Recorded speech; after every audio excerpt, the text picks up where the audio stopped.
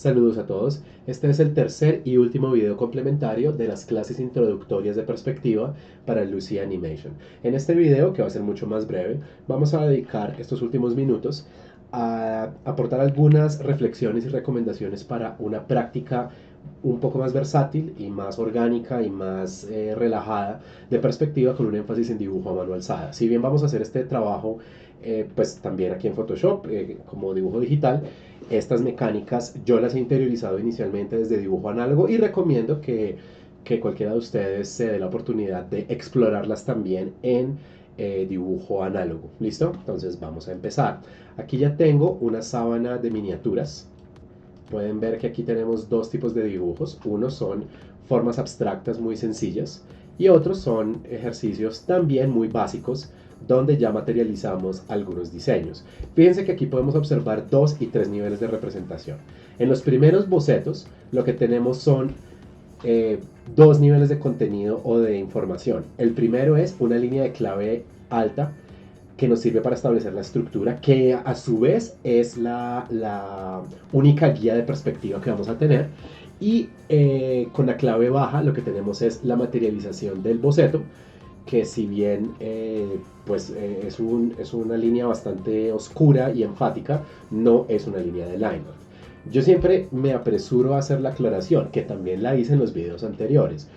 Boceto no significa que uno tolere líneas imprecisas o líneas chapuceras o líneas descuidadas, pero una verdadera bocetación es una exploración muy libre, es una exploración que se aventura a poner a prueba ideas y a descartarlas, en lugar de buscar un line art final. ¿Listo? O sea, el line art final es otra cosa, eso tiene su valor, pero eso no es lo que estamos buscando acá.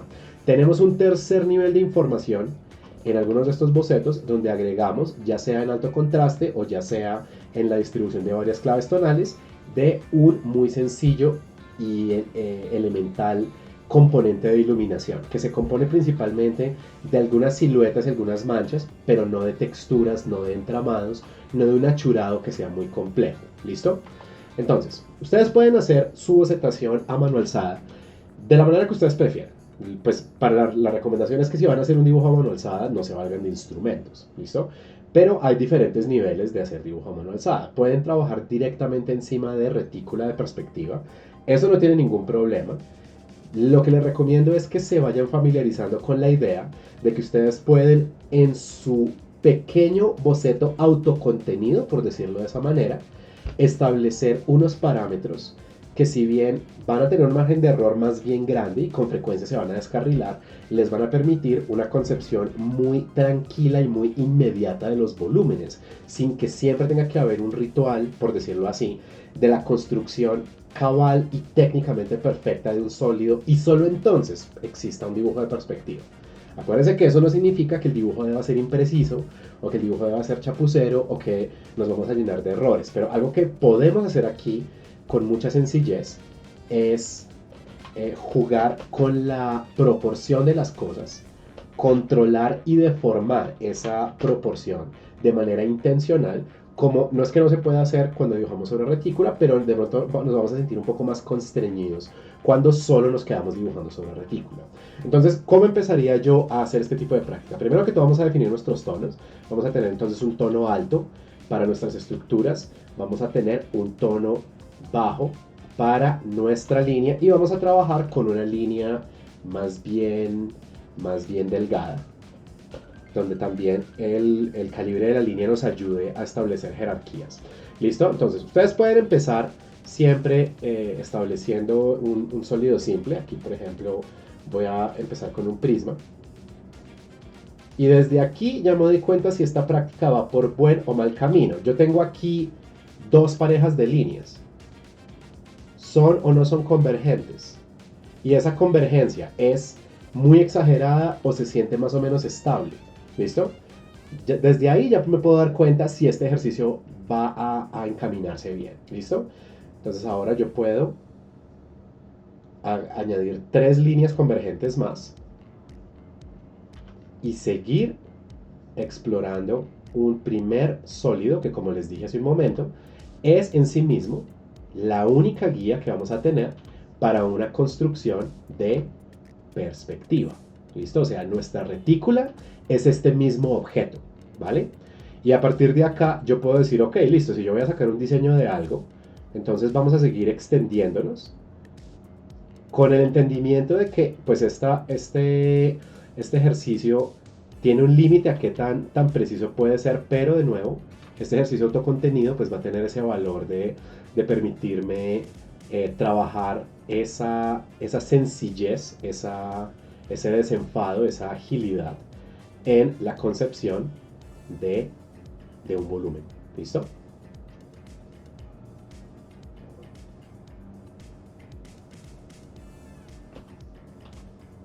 Entonces, fíjense que yo estoy buscando la representación de este volumen que poco a poco va ganando más complejidad, pero estoy dándome la oportunidad, por ejemplo, de llevar a cabo esas operaciones de transformación de las que hemos hablado en nuestras diferentes sesiones y de las que también se ha conversado en los videos previos a este. Por ejemplo, aquí estoy haciendo cortes. Estoy trabajando también la idea de aquí al lado de extrusiones, pero las estoy trabajando con formas que no arrancan desde lo puramente inorgánico, sino son formas que se empiezan a leer más como versiones híbridas, como entre orgánicas e inorgánicas, ¿no? Como que tienen muchas redondeces, se deforman de una manera que las hace ver más elásticas. Eso puede ser muy grato, puede ser muy rico a nivel de exploración visual. Como les digo, nada de esto pretende ser una justificación de descuidos, ni mucho menos, sino esto que estamos haciendo concretamente acá, que es un refuerzo de lo que se hizo sobre todo en el segundo video y en la segunda clase, es una invitación a profundizar y potenciar la exploración. ¿Listo? Ese carácter muy iterativo, muy de prueba y error, de descartar, de materializar con brevedad, de previsualizar, que es donde para mí está el valor de la bocetación. Más allá de una estética sketch, que es algo en lo que yo no creo que un boceto puede ser un excelente modelo 3D hecho en Blender, por ejemplo. O sea, yo no creo que la gracia del boceto sea una huella que tenga como un estilo. Más bien la gracia de una buena bocetación es mis ideas están materializándose de una forma breve, económica, llamativa, impactante, de clara lectura, y la perspectiva puede y debe, en mi opinión, para aquellos que nos interesa la imagen ilustrada de sus diferentes vertientes, sea más concreta o más abstracta, puede la perspectiva entrar ahí a enriquecer esas mecánicas y ese gran propósito que es prototipar nuestras ideas. ¿Listo? Entonces, hay aquí como les decía, un cierto margen de error, porque pues, por la brevedad y la sencillez con la que estoy haciendo esto, pues es de esperar que va a haber un cierto nivel de deformación y de imprecisión respecto al dibujo más técnicamente logrado. Pero lo que me interesa es que mis ideas que yo voy materializando acá sean creíbles, sean coherentes y que aprovechando la perspectiva se sientan mucho más materiales, se sientan mucho más efectivas a nivel de, por decirlo así, una puesta en escena. ¿Listo?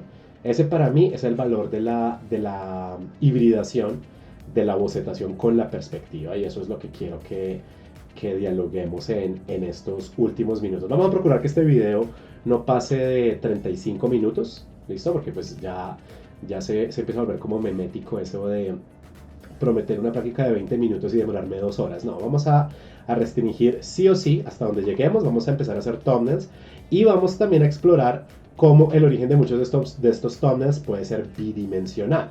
Porque si hablamos de previsualizar ideas, es perfectamente posible que esas ideas primero tengan una manifestación más coherente en 2 y no en 3 dimensiones. Y que después nos figuremos un mecanismo, un procedimiento, un ensamble de figuras, un modelo de 3D que nos permita materializarlas en el espacio tridimensional.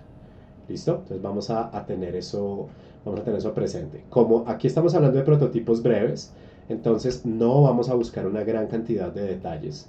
Lo que vamos a buscar es, no el afán, también quiero, sobre todo los chicos que recién están empezando, no le teman a que sus dibujos sean un poquito ponderosos al principio. No estén buscando hacer las cosas por afán ni estén buscando ganar velocidad. Aquí no estamos hablando de velocidad, estamos hablando de agilidad y de brevedad y de economía.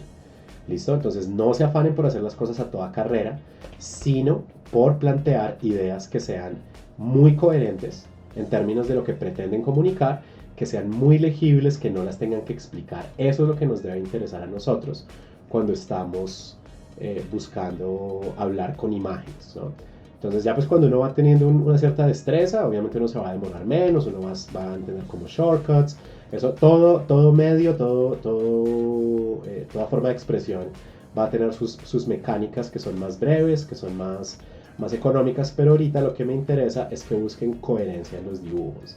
Entonces si un thumbnail de estos, thumbnail recuerden que es una miniatura de diagnóstico, si uno de estos thumbnails se les demora, qué sé yo, 20 minutos o algo así, pues dejen que sea 20 minutos. Si pretenden que en lugar de, o sea, si su aspiración sería, no, 5 minutos por thumbnail o algo así, eso pues no es malo, pero no se vayan a volver melodramáticos con la idea de la velocidad, porque en últimas la precisión es más importante que la velocidad. La precisión en sí misma es económica, y en esa economía uno se vuelve rápido porque uno no tiene que estar repitiendo ni desbaratando las cosas. ¿Listo? Eso se los digo por experiencia propia. Yo me enfoqué mucho en la idea de la velocidad cuando yo era mucho más joven, y creo que pagué el precio porque me volví una persona que hacía las cosas era de afán, pero no tenía verdadera agilidad, y no reflexionaba lo suficiente sobre lo que yo debía estar haciendo con mi trabajo, y con frecuencia tenía que repetirlo e intervenirlo de una manera muy, ¿cómo se dice? Como muy atravesada, pues, porque estaba trabajando básicamente muy mal. Vamos a definir acá entonces clave alta, clave baja, y vamos a dejar aquí una clave media que podamos usar también, ¿no? Acuérdense que estamos buscando aprovechar las mecánicas del medio que estemos usando.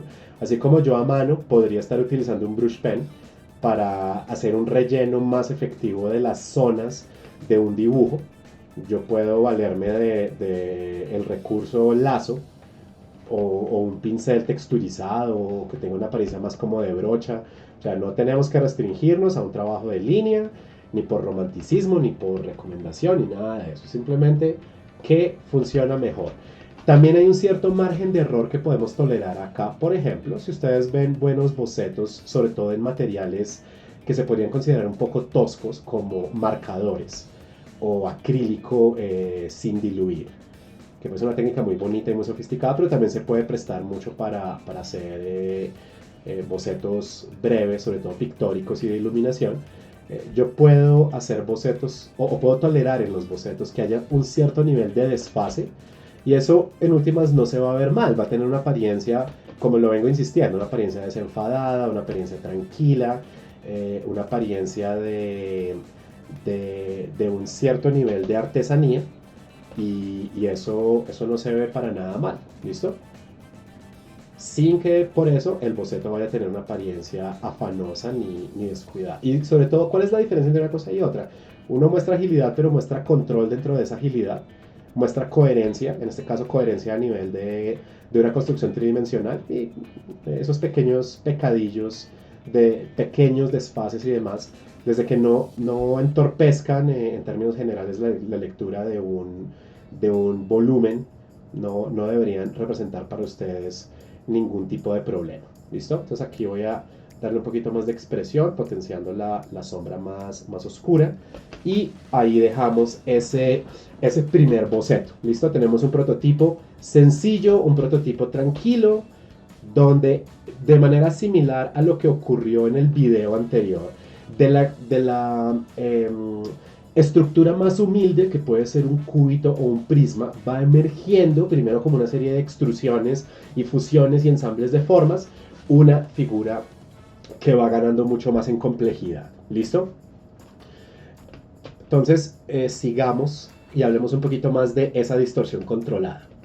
Ustedes pueden buscar que sus estructuras fundamentales tengan una apariencia todavía más atípica. Y aquí es donde reitero que este es el tipo de ejercicio que No es que no sea posible hacerlo en una estructura de perspectiva lineal más técnicamente cabal, porque uno puede tener, como lo vimos en la primera clase, una estructura de 5 puntos de fuga donde los puntos sean curvilíneos o las líneas convergentes sean curvilíneas y no rectilíneas. Eso es perfectamente válido hacerlo, pero aquí tenemos la posibilidad de explorar una estructura atípica de una manera muy tranquila, donde lo que pagamos de precio es el margen de error, porque pues aquí muy fácilmente podemos errar la precisión, podemos terminar como pues descachados, ¿no?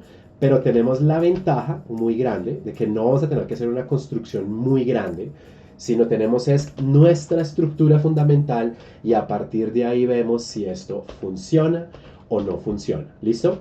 Esta estructura, que es más atípica porque tiene una apariencia como más de híbrido entre forma orgánica e inorgánica, puede ser más difícil de controlar, puede ser más de pronto ingrato al principio, pero de aquí también pueden salir exploraciones muy interesantes a medida que vamos tomando confianza en ese manejo de una perspectiva que no solo sea la más estricta, la más cabal y, por qué no, sin pretender ser peyorativo, a veces la más rígida, ¿no?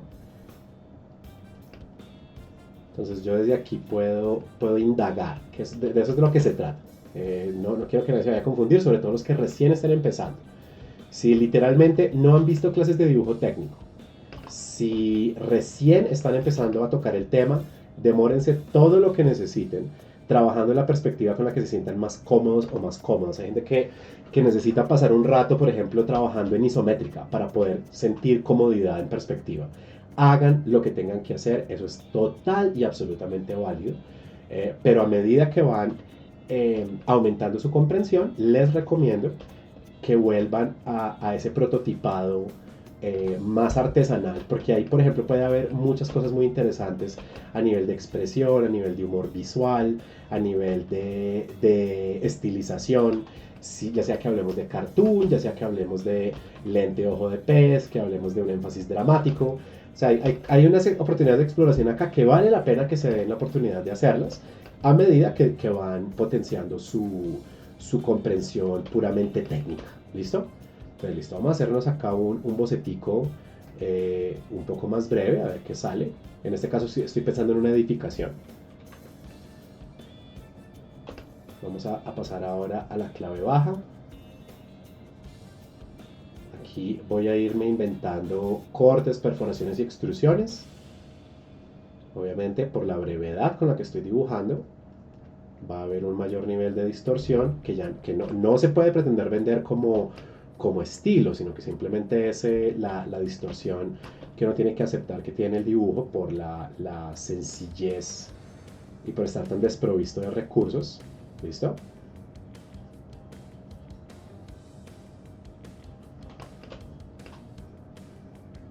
Entonces lo que quiero hacer aquí es una casita que se sienta que está deformada no solo por perspectiva, sino que a nivel de estilo también tenga un alto nivel de deformación.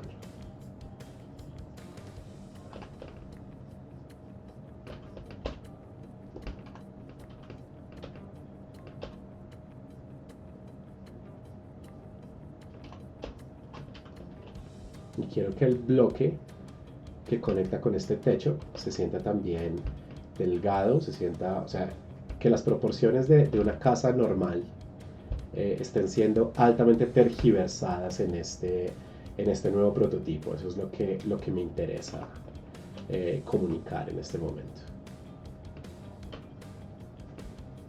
Vamos a ir depurando un poquito. Nuevamente vamos a valernos de recursos diferentes a solo la línea. ¿Listo? Porque el lazo, por ejemplo, hace las veces de un pincel de relleno o de un brush pen o de un marcador.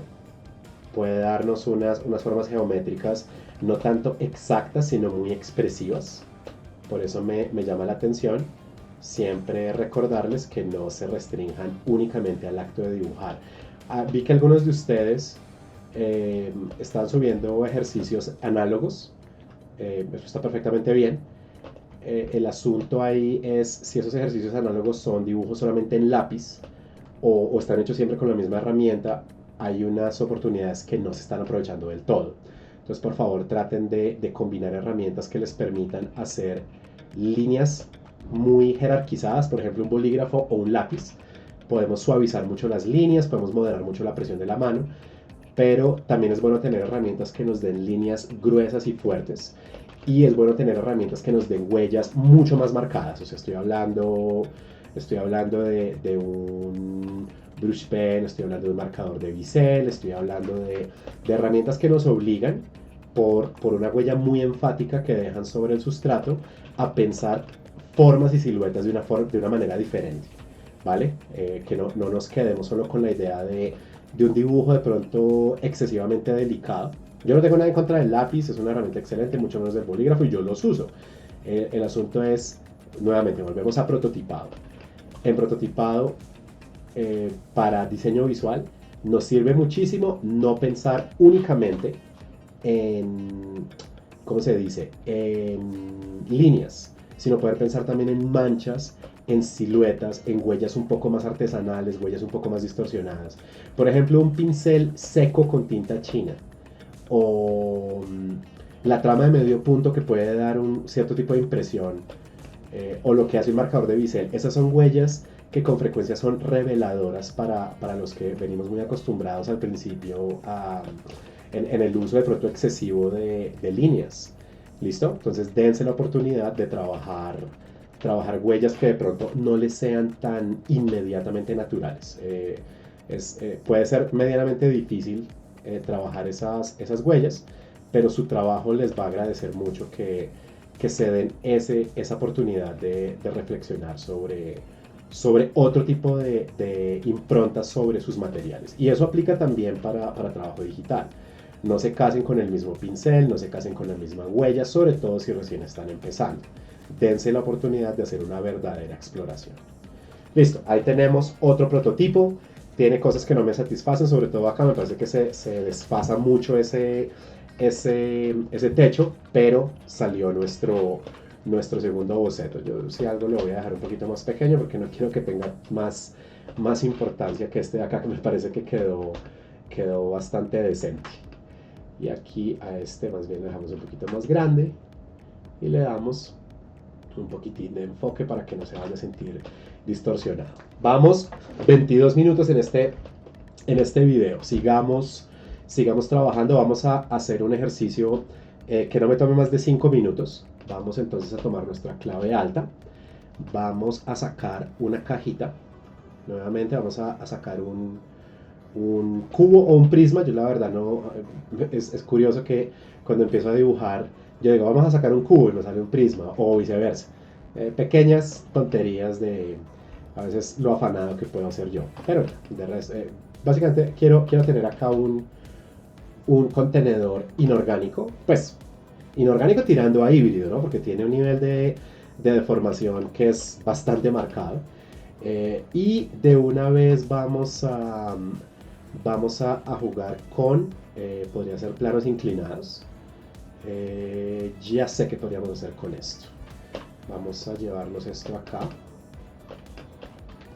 Vamos a trabajar uno de mis temas favoritos. A mí me gusta mucho la maquinaria. Y la maquinaria que a mí me gusta es Diesel Punk. Pero también me gusta un poco elementos sci-fi, sobre todo si se sienten un poco abigarrados y exagerados. A mí lo que no me llama demasiado la atención es aquello que tiene una apariencia como límpida, digamos. Esos cyborgs que parecen como iPhones a mí me irritan mucho, me parece que son como muy pasables. Entonces vamos a jugar acá, listo. Aquí yo tengo un primer contenedor, listo. Vamos a seleccionarlo, vamos a volverlo todavía más básico para que nos sirva como la base de más expansiones de esa estructura. Listo, vamos a ver qué sacamos en... Sí, démonos otro minuto más, vamos a darle otros 5 minutos. Entonces voy a crear aquí una línea divisoria a la mitad y por aquí otra también, porque esto me puede servir mucho, por ejemplo, si yo quiero crear una extensión. Entonces, fíjense que lo que yo estoy haciendo acá, aquí y acá Y acá es jugar con líneas convergentes, ¿cierto? Entonces fíjense que yo puedo conectar estos dos puntos y ya voy creando un sólido que tiene una apariencia más curiosa, espero yo más interesante que la cajita inicial, que ya de por sí pues tenía un cierto nivel de deformación.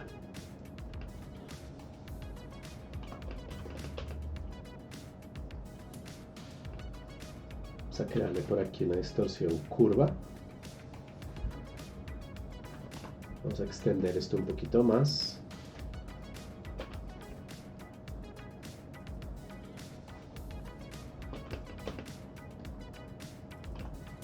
Y veamos qué más podemos hacer con este sólido. Ahí, esto acá. Este es el tipo de cosas con las que toca tener cuidado, y si recién están empezando, valdría mucho la pena de pronto que se valieran para este tipo de ejercicios en modelos 3D básicos, incluso modelos físicos. Porque hay ciertos problemas cuando comparamos un hemisferio izquierdo con un hemisferio derecho, o un hemisferio remoto con un hemisferio próximo.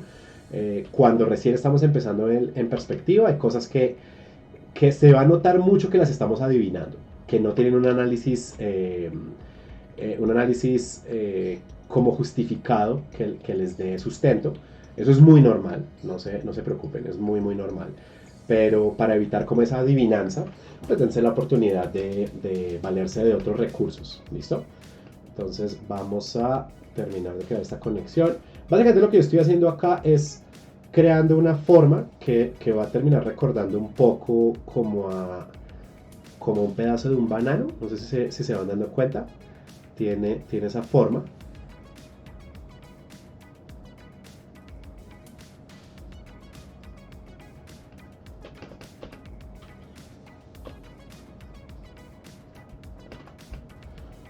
Y de pronto por acá ya pueden adivinar hacia dónde estoy yendo con esto.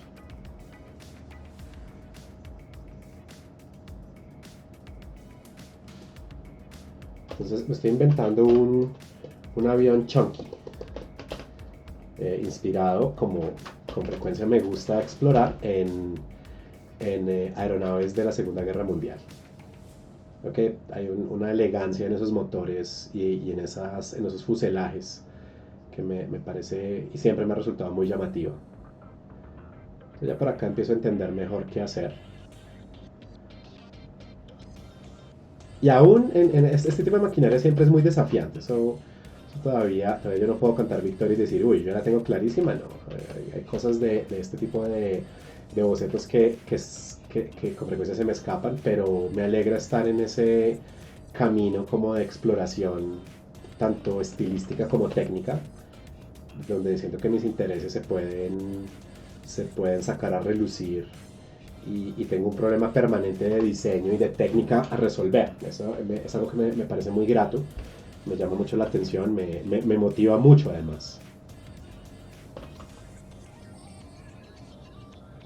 Entonces yo les mencionaba hemisferios opuestos y el problema de hemisferios opuestos. Aquí voy a transponer la... Voy a utilizar una línea, voy a darme permiso de utilizar una línea como rojita para que me entiendan una cosa. Fíjense cómo voy a trasladar esta línea para rodear totalmente esta figura. Este ejercicio es muy bueno para analizar si la estructura que estamos haciendo por lo menos tiene un mínimo de coherencia, ¿no? A veces, cuando yo les mencioné hace 2 minutos que a veces uno por inexperiencia termina adivinando, es acá donde uno revela más eso. ¿Listo? Entonces lo que yo quiero es tratar de darle un poquito de lógica a esto. Ya creo que me estoy como siempre pasando del tiempo. A este video le quedan todavía como 7 minutos. O sea, el video completo. Para este boceto quiero terminarlo en par patadas. ¿Listo? Esta ala que estoy haciendo yo acá, para que corresponda en los dos hemisferios, la que está más próxima a nosotros debería ser más extensa. Entonces vamos a darle ese carácter. Y ahí vamos resolviendo. Incluso la forma del ala es un poco incierta.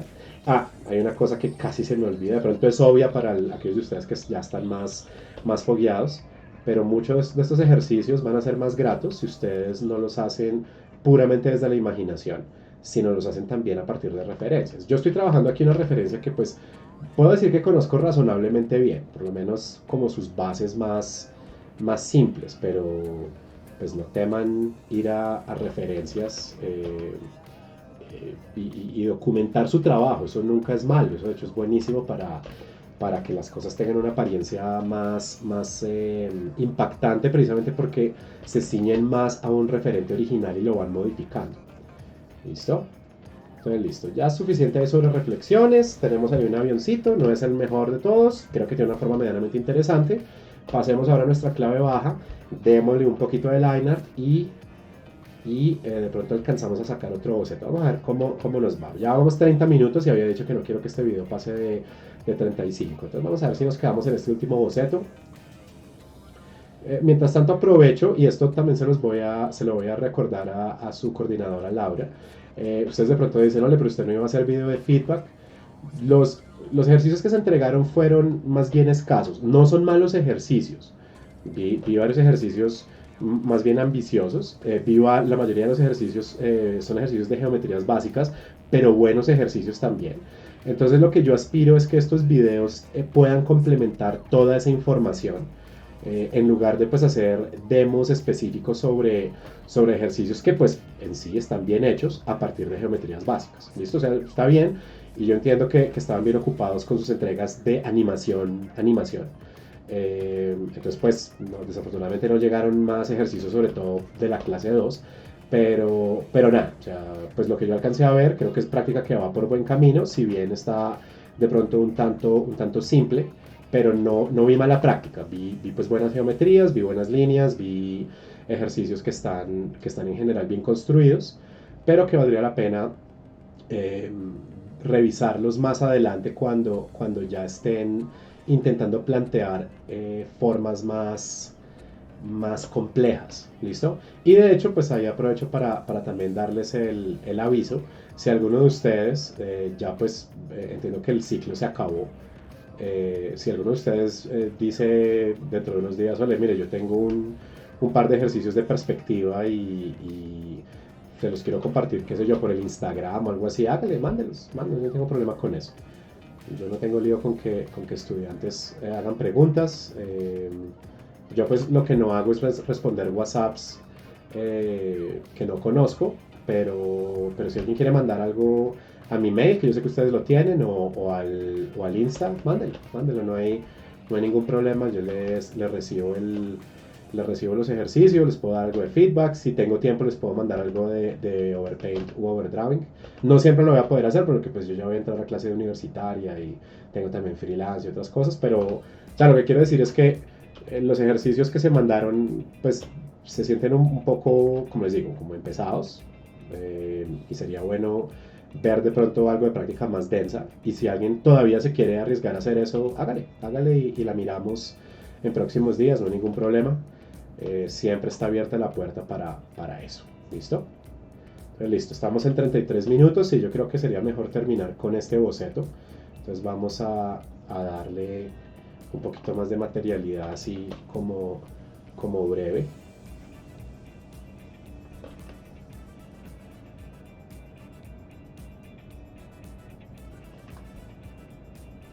Entonces que este avión se sienta como es casi como una versión chibi de un avión de esos. Bueno, con la salvedad que pues lo que estoy haciendo yo en el frente de la máquina es una deformación más. O sea, básicamente estoy concibiendo un avión de hélice, pero que tiene dos hélices en lugar de una. ¿Sí? Eso es como el gimmick que estoy explorando aquí. No es más.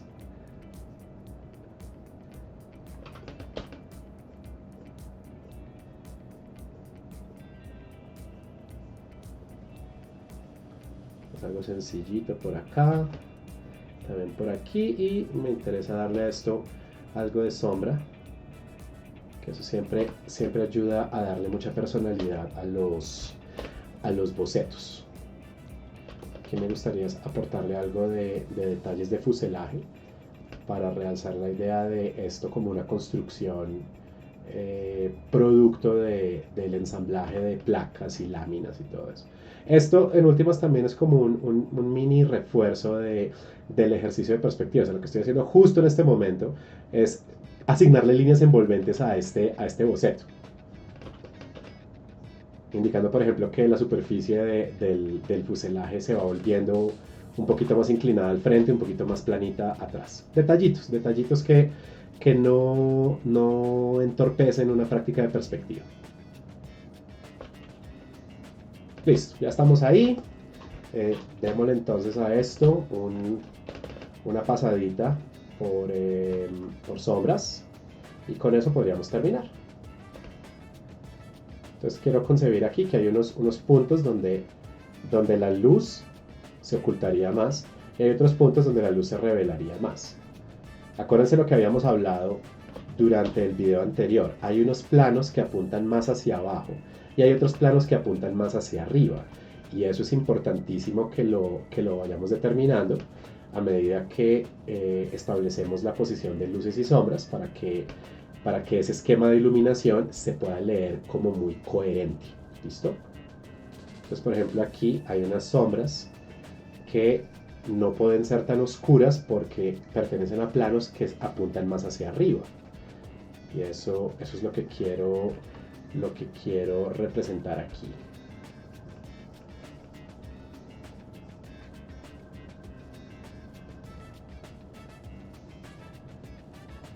Pero me gustaría jugar con la idea de que un objeto altamente reflectivo, como una construcción nueva de metal pulido, como acero y aluminio y demás, puede tener diferentes niveles de reflectividad y me gustaría jugar con eso aquí. Entonces, por ejemplo, dejar una reserva de luz y además de eso, retomar las sombras o retomar la clave baja y esa clave baja expandirla para comunicar esa idea de un objeto que es mucho más reflectivo de lo que parece inicialmente.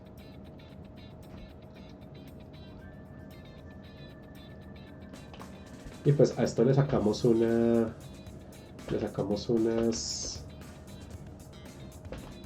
¿cómo se dice? Unas hélices, pues vamos a asignarlas. Esta va a ser la parte más incierta del dibujo, por supuesto. Pero podemos jugar con eso. Desde aquí lo que voy a hacer es proyectar hacia adelante unos óvalos para darme unos puntos extra para el diseño. Y a mano alzada un óvalo sin ningún tipo de guía siempre es complejo. Incluso esas hélices ahí como que no tienen del todo lógica, ¿no? Como que parece que una pisa a la otra, pero vamos a jugar con eso.